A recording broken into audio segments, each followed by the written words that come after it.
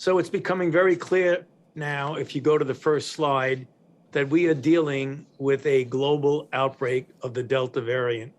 I keep updating this slide. It now shows that at least 117 countries now have the Delta variant since it was first detected in June of 2020. So let's just review some of the aspects of Delta to help put it into the context of what we're talking about. We know the transmissibility that's greater than Alpha variant, at least 2 times as great. This makes a major difference in transmissibility. The viral load is up to 1,000 times greater in the nasopharynx of people with Delta than Alpha, which is a mechanistic reason why you have such a tremendous increase in transmissibility. Next slide.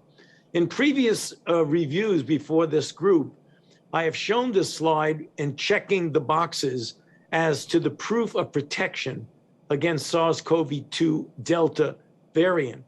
There was one glaring missing check in previous iterations of this, and that was in the J&J clinical effectiveness.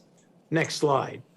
I had showed you before this slide looking at data of immune responses in vitro.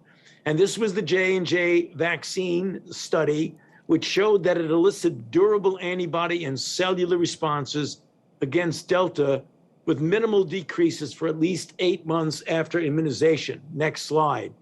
We now have a slide that recently, a study that recently came out from South Africa and other Southern African countries.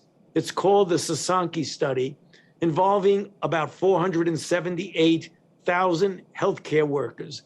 And this is real world effectiveness against Delta, with a 91 to 96% protection against Delta, and then 71% protection against hospitalization.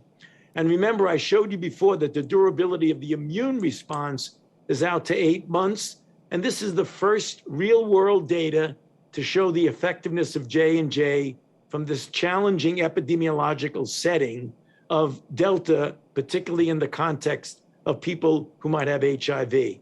Next slide. Finally, if you look at breakthrough infections, which are inevitable with any vaccine because no vaccine is 100% effective.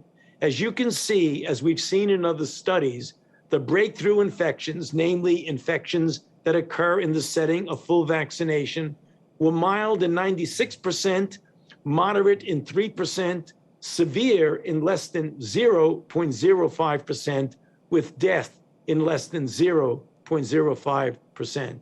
So I'll stop there and hand it over to Marcel.